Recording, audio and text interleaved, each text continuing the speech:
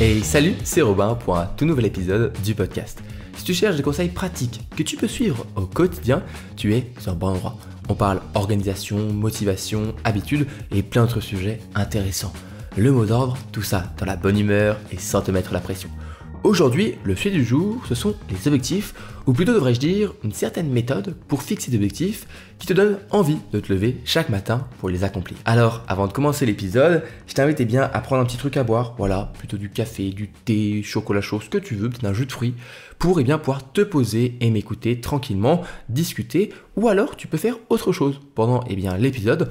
Pas tous les podcasteurs vont te proposer de faire autre chose en les écoutant, mais moi, ce sera avec plaisir. Donc tu peux lier l'utile à l'agréable en faisant un peu de cuisine, en pliant ton linge, en faisant un petit peu de ménage, etc. Fais-toi plaisir et d'ailleurs, dis-moi en commentaire ce que tu fais pendant que tu écoutes ces épisodes. Rentrons maintenant dans le vif du sujet. Les objectifs, ça sert à quoi? Ça sert à une chose, à être une destination qui nous guide chaque jour à faire des actions pour se diriger un peu plus vers elle. C'est un petit peu comme le phare au loin et tout ce qu'on va faire aujourd'hui, au quotidien, les semaines qui arrivent, les mois qui arrivent, c'est un petit peu comme les coups de rame qu'on va faire sur notre barque pour avancer vers ce phare. Les objectifs, tout le monde a des objectifs, mais pourtant, c'est assez difficile en fait à fixer des objectifs qui sont motivants. On a tous déjà eu un jour des bonnes résolutions qui sont, je pense, la quintessence des objectifs qui, malheureusement, souvent, ne fonctionnent pas très bien. Chaque 1er janvier ou 2 ou 3 janvier plutôt, on se dit, ok, bon, c'est une nouvelle année qui commence, qu'est-ce que je vais mettre en place comme bonne résolution ou comme objectif pour, le 31 décembre me dire, ok, j'ai accompli ça, ça, ça. On va avoir du coup tous les objectifs classiques et bonnes résolutions que tout le monde connaît, se mettre au sport ou se remettre au sport, arrêter de manger n'importe comment, faire attention à son alimentation, arrêter de fumer, arrêter l'alcool, etc. Et tous ces objectifs sont de très bons objectifs. C'est souvent des objectifs qui sont difficiles à tenir. Et il y a un petit peu aussi dans l'aspect comment on les a conçus, comment on a fixé des objectifs qui font qu'on n'atteint pas ces objectifs et ces bonnes résolutions qui sont pourtant de bonnes résolutions. On pourrait avoir des bonnes résolutions qui sont un petit peu anecdotiques, mais on sait à quel point le sport, arrêter de fumer par exemple, ce sont des choses qui sont importantes à faire pour notre santé physique, mentale, etc.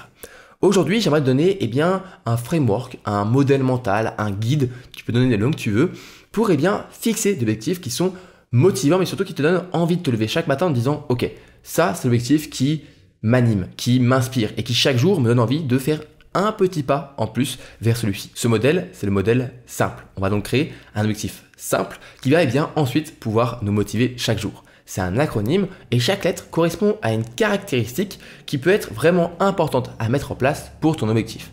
Alors, petit disclaimer avant de commencer à rentrer vraiment dans le vif du sujet de la méthode, t'es pas obligé d'avoir toutes les lettres qui sont activées ou qui sont cochées. C'est pas une liste vraiment à cocher parfaitement. Si t'as que 4 lettres sur 6, c'est déjà bien. Si t'en as 3, c'est bien. Si t'en as 1 ou 2, c'est déjà bien. Et si t'as bien sûr les 6 sur 6, c'est encore mieux. Mais ça peut être difficile de faire absolument tout parce que parfois, il y a des objectifs qui sont plus difficiles à faire et plus difficiles à réfléchir et à fixer que d'autres. Tu vas voir, on va rentrer dans le vif du sujet et tu vas un peu mieux comprendre ensuite pourquoi je dis ça. Alors, un objectif simple, qu'est-ce que c'est?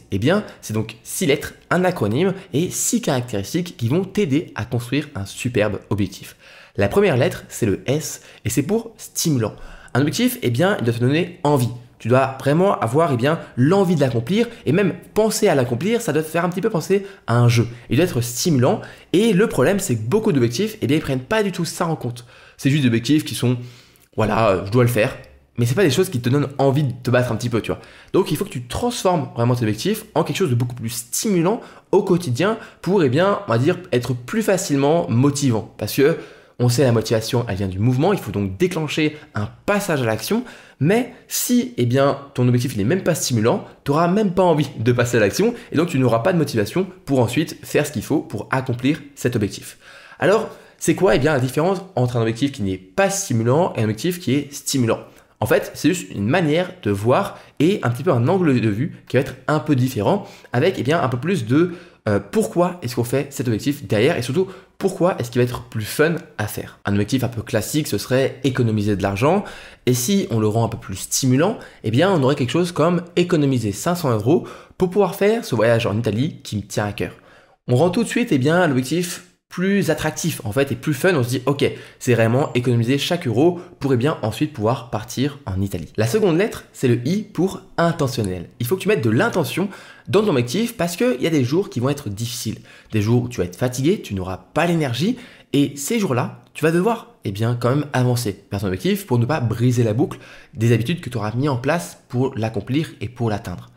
Et c'est dans ces moments-là qu'il faut que tu puisses te souvenir de l'intention, des raisons profondes qui t'ont poussé à mettre en place cet objectif pour un petit peu réussir, même les jours difficiles, à show off, comme ils disent en anglais, donc se montrer que tu es capable de, même les jours difficiles, avancer, accomplir toutes les habitudes qu'il faut pour ton objectif.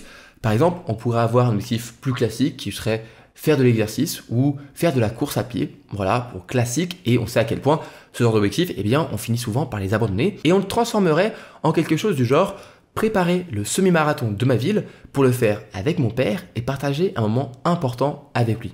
Là, c'est complètement différent. Tu fais pas de l'exercice juste pour toi, juste pour être en bonne santé, ce qui peut être déjà une bonne intention, mais qui est souvent pas assez tangible et un peu difficile.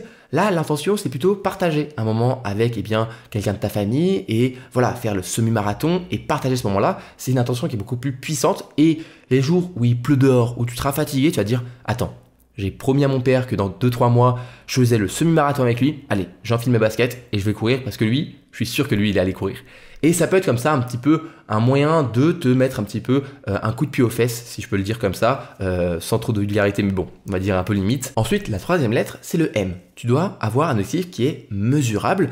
Pourquoi ? Pour deux raisons. Tu auras deux mesures, la mesure de temporalité et la mesure de quantité, de fréquence, de coût, etc. La première, elle te sert à te donner une date butoir pour être sûr que tu ne vas pas repousser encore et encore ton objectif.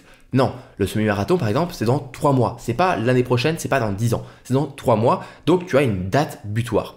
Ensuite, la seconde mesure, c'est une quantité, une fréquence, un coût, ce que tu veux, mais quelque chose qui permet de mesurer si oui ou non tu as accompli ton objectif. Je vais te donner un exemple, ce sera un peu plus clair. Tu peux avoir comme objectif de devenir bon en photographie animalière. Mais comme tu le vois, devenir bon en photographie, c'est pas vraiment tangible. C'est pas vraiment est-ce que d'un seul coup t'es d'un seul coup bon en photographie. Voilà, c'est difficile à savoir quand est-ce que tu es passé de débutant à intermédiaire à expert par exemple. C'est difficile. Et donc tu vas transformer tout ça pour que ce soit beaucoup plus mesurable et que tu puisses te dire ok, là j'ai réussi, j'ai accompli mon objectif tout en gardant en tête que à la fin la destination reste la même. Tu aurais quelque chose du genre avoir pris une photo par jour d'animal pendant 3 mois. À la fin, tu seras passé de débutant à au moins intermédiaire, voire bon en photographie, mais ce sera beaucoup plus tangible et mesurable. Au bout de 3 mois, tu pourras voir si tu as bien fait une photo par jour. Et si tu n'as pas réussi à faire une photo par jour, tu auras donc échoué ton objectif. Bien sûr, tout ça avec une certaine nuance. Si tu as loupé 2-3 jours sur les 3 mois, voilà, tu peux dire que tu as plutôt bien réussi, mais ça donne vraiment une mesure. Donc tu as la mesure de temps, c'est 3 mois. Dans 3 mois, il faut que j'ai réussi à faire mes 90 photos à peu près, on va dire, et tu sais que c'est une photo par jour. Donc tu as les deux mesures qui permettent de savoir si tu as vraiment accompli à une certaine date l'objectif. En plus, tu peux rajouter bien sûr tout ce qui est stimulant et intentionnel qu'on a dit juste avant, mais vraiment la mesure, c'est vraiment quelque chose qui est super importante pour un objectif vraiment général dans n'importe quel domaine. On passe à la quatrième lettre, P pour positif. Pour moi, c'est important et c'est souvent, je trouve, trop mis de côté par d'autres modèles d'objectifs, etc., qu'un objectif qui va nous motiver, nous donner envie de se lever chaque matin pendant des mois, voire des années, il soit tourné positivement. On n'est pas là pour devenir notre propre bourreau, pour être vraiment comme un militaire qui nous engueule si on n'arrive pas à faire les choses, d'être ultra discipliné et vraiment se punir. Non, pour moi, ce qui marche, c'est être positif avec soi-même et ça marche plutôt dans la vie de tous les jours, pareil. Moi, je fonctionne plutôt dans le positif, dans l'optimisme et dans l'envie de progresser un pas après l'autre. Donc, je pense que c'est important d'avoir un objectif qui est tourné positivement. C'est pas grand chose, c'est juste un petit peu un switch à faire entre un angle, un point de vue, un angle de vue et un autre angle de vue. L'objectif va être le même, finalement, vraiment la finalité va être à peu près la même chose, mais tu auras un petit peu un changement d'état d'esprit qui, je pense, est pour le long terme quelque chose qui est beaucoup plus naturel et qui va t'aider à vraiment garder l'objectif sur le long terme. Par exemple, tu pourras avoir l'objectif de réduire ta consommation de sucre. On sait à quel point aujourd'hui le sucre c'est un sujet important dans notre alimentation, mais réduire ça peut paraître un petit peu punitif. L'objectif va être le même, mais on va changer ça. On va tourner un petit peu, plutôt se dire ok, je vais augmenter je vais changer un peu mon alimentation pour augmenter le fait de manger des aliments qui sont moins sucrés, moins transformés, plus sains, etc. C'est la même chose, mais c'est un petit peu différent. Donc au lieu de ne pas manger de barre chocolatée, tu vas manger une bonne tomate ou je sais pas, un bon légume. Le résultat va être le même parce que tu dois bien manger, mais c'est un petit peu un point de vue différent et moi je pense que c'est important d'avoir ce côté positif dans tes objectifs pour le garder garder tous tes objectifs sur le long terme parce qu'à la fin, quand tu auras moins envie, quand tu auras moins de motivation, moins d'énergie, si c'est encore restrictif, c'est un petit peu toi qui te combats contre l'objectif. C'est un petit peu je me bats contre mon régime, je me bats contre ma nouvelle alimentation. Alors tu devrais être avec, ça devrait être quelque chose qui doit te pousser, même te tirer vers le haut ou te pousser vers le haut, mais pas quelque chose contre lequel tu te bats ou alors contre lequel tu sens que tu es restreint. C'est pas une restriction, c'est plutôt une amélioration. Voilà. C'est un changement d'état d'esprit, mais je pense qu'il est important. On arrive à la fin du modèle avec la 5e lettre, le L pour limiter. En fait, simplement, le L, c'est la limitation. Limitation, c'est pour dire que souvent, on se donne des objectifs qui sont grandioses, qui sont ambitieux, mais parfois un peu trop ambitieux et ils peuvent faire un petit peu peur. Le truc, c'est de se donner deux limites. Une limite inférieure, qui est souvent l'objectif de base, et une limite supérieure, qui dit, voilà, on va pas trop en faire non plus. Par exemple, si tu as comme objectif lire des livres, tu vas avoir une nouvelle mesure, qui sera la limite inférieure, qui sera lire 10 livres cette année. Mais peut-être que 10 livres, tu vas te dire, ouais, ça commence à faire beaucoup, ou pas, voilà, comme tu veux.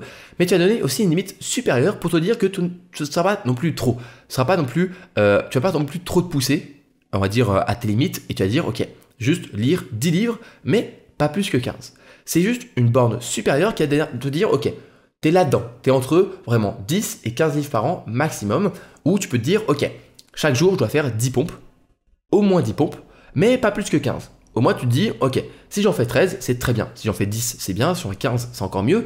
Mais c'est pour mettre un peu moins de pression sur tes épaules, à te dire que tu as une limite supérieure, pour ne pas, on va dire, toi-même tomber un petit peu dans l'excès en fait d'objectifs. On sait que ce qui est important pour tenir un objectif, c'est pas l'intensité, mais la persévérance, la constance sur plusieurs mois, sur plusieurs années. Et donc, se donner une limite supérieure permet bien de réduire en fait notre envie parfois, ou notre trop grosse envie de faire trop chaque jour. Parfois, on aura donc des jours où on aura envie de tout défoncer. Alors oui, ça peut être bien, on va dire, dit comme ça, mais ça peut aussi créer un déséquilibre au sein de tes journées, parce que tu auras des journées où certes, tu auras beaucoup d'énergie, mais aussi certaines où tu auras beaucoup moins d'énergie.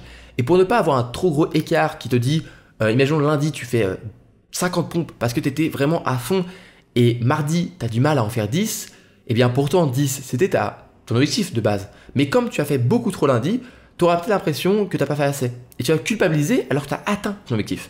C'est pour ça que ça sert, la limite supérieure, c'est pour te limiter, pour te dire, ok, ça c'est mon cadre, pour le moment c'est celui-ci, peut-être qu'il va évoluer dans les prochains jours, les prochains mois, mais pour le moment je reste dans ce cadre pour toujours me dire que je vais tenir ce cadre, me dire que je ne vais pas me mettre trop de pression sur les épaules, je fais juste ce que je dois faire et ça va aller beaucoup mieux. Et on arrive à la dernière lettre du modèle simple, le E pour évolutif. Tes objectifs doivent pouvoir évoluer. Je t'explique. Par exemple, tu vas avoir 3 types d'objectifs. Des objectifs long terme, qui sont à 10 ans par exemple, et qui sont très proches de ta vision. Les objectifs moyen terme, qui sont plutôt, on va dire, sous la forme de 1 an, 3 ans. Et les objectifs court terme, qui sont les premiers auxquels on pense, mais parfois à tort, et qui sont, on va dire, à une horizon de 1 mois. Chaque objectif va être corrélé au suivant. Par exemple, le long terme pourrait être devenir bilingue en anglais. Le moyen terme, tenir une discussion simple en anglais. Et enfin, au bout d'un mois, tu dois pouvoir avoir atteint l'objectif de réussir à regarder un épisode de ta série préférée et de tout comprendre sans sous-titres. Voilà. Comme tu peux le voir, chaque objectif permet de suivre un petit peu une direction qui est la direction de la vision, de l'objectif long terme, qui est parfois quelque chose de difficile. Si du jour au lendemain, je te demande, ok, deviens bilingue en anglais, ça va être difficile, tu vas pas savoir quoi faire. Là, ça permet de un peu plus découper chaque objectif.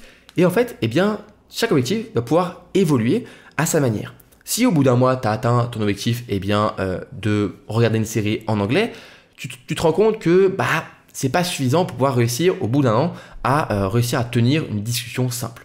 Peut-être que tu vas faire évoluer ton objectif moyen terme différemment. Ou alors ton objectif court terme va se transformer en un nouvel objectif. Au début, tu étais parti sur simplement regarder ta série préférée en anglais. Maintenant, ce sera peut-être plutôt, ok, le nouvel objectif court terme qui va évoluer, qui sera transformé sera plutôt de faire 15 minutes chaque jour sur une application pour apprendre l'anglais pendant 30 jours. Et dans 30 jours, peut-être que tu vas faire évoluer encore une fois cet objectif plutôt à 20 minutes, puis 30 minutes, etc. L'idée, c'est donc de pouvoir avoir des objectifs qui évoluent avec le temps entre encore une fois, cette direction qui est l'objectif long terme, puis l'objectif moyen terme, et l'objectif court terme. À chaque fois que tu atteins un nouveau échelon, un petit peu une nouvelle étape clé, tu fais évoluer les choses. Ça se trouve, dans un an, tu auras complètement explosé ton objectif moyen terme, qui était de tenir une conversation simple en anglais. Et alors là, tu vas faire évoluer cet objectif moyen terme pour, dans un an, faire quelque chose de plus impressionnant. Par exemple, faire, un entretien d'embauche complet en anglais, ou alors, assister à une conférence en anglais qui peut être sur quelque chose de plus technique, plus difficile à écouter, etc. L'idée, c'est vraiment de garder quelque chose qui est évolutif pour changer les choses. Et même, en fait, l'idée, c'est aussi de garder au sein même, imaginons d'un mois, tu te rends compte que ton objectif, il est trop simple. Fais-le évoluer. Ne reste pas bloqué sur un objectif. Fais-le évoluer tout de suite, pas non plus dans l'excès. Mais si, imaginons que tu te rends compte qu'au début, tu avais dit « Ok, je fais 5 minutes par jour d'application pour apprendre l'anglais » et tu te rends compte que 5 minutes, c'est beaucoup trop court pour faire quelque chose et à chaque fois, tu fais au moins 10 minutes, transforme. Dis-toi que c'est plutôt 10 minutes par jour pendant un mois. Ok, si on fait un petit récap, on avait S pour stimulant, I pour intentionnel, M pour mesurable, P pour positif, L pour limité et E pour évolutif. L'idée aussi générale, l'idée dans le mot, un objectif simple. Il faut que tu gardes les choses les plus simples possibles, les objectifs les plus simples possibles, même si tu mets tout ça en place, les stimulants, intentionnels, etc. Garde quelque chose d'assez simple, parce que la simplicité, c'est la clé dans une réussite personnelle et professionnelle pour tenir les choses sur le long terme. Mais ça, on a déjà parlé dans beaucoup d'épisodes du podcast. Encore une fois, c'est pas une liste à cocher parfaite. Si tu as réussi à avoir stimulant, positif, limité, c'est déjà bien. Si t'as pas le côté évolutif, c'est pas grave, ça arrivera souvent plus tard. Si t'as pas le côté, stimulant parfaitement, c'est pas grave. Si t'as déjà l'intention, ça suffit. Juste, dis-toi que c'est vraiment un guide à suivre, des idées à garder en tête. Et au moment où tu fixes l'objectif, au lieu de faire juste faire du sport, pense un petit peu au modèle simple et dis-toi, ok, comment est-ce que je peux faire ça pour changer tout ça et que ce soit un peu plus, puissant et plus motivant au quotidien. C'est la fin de cet épisode du podcast. J'espère qu'il t'a plu et que tu vas pouvoir mettre en place des objectifs simples dès à présent. Si le podcast te plaît, n'hésite pas à t'abonner, que ce soit sur les plateformes d'écoute ou sur YouTube ou même les deux. Si tu m'écoutes sur YouTube ou Spotify, tu peux me laisser en commentaire ce que tu as pensé de l'épisode. Et si tu m'écoutes sur Apple Podcast ou Spotify, je t'invite à mettre 5 étoiles pour recommander le podcast, pour le soutenir, pour dire ce que tu penses du podcast. Merci beaucoup, vous êtes de plus en plus nombreux à le faire. Ça prend que quelques secondes, mais je vous remercie quand même parce que c'est important pour moi et pour faire avancer le podcast. Si tu veux aller plus loin avec moi, tu peux t'inscrire à ma newsletter sur mon site internet robertfranel.com, un petit mail chaque dimanche avec des réflexions personnelles, des méthodes comme aujourd'hui on a vu dans ce podcast, mais sous un format écrit et un format où je prends un peu plus de temps de décortiquer et de détailler ma pensée. C'est la fin de ce podcast. Je te dis à la prochaine pour un nouvel épisode, à la semaine prochaine. D'ici là, prends soin de toi, prends soin de tes proches, je te fais des bisous. C'était Robin, salut.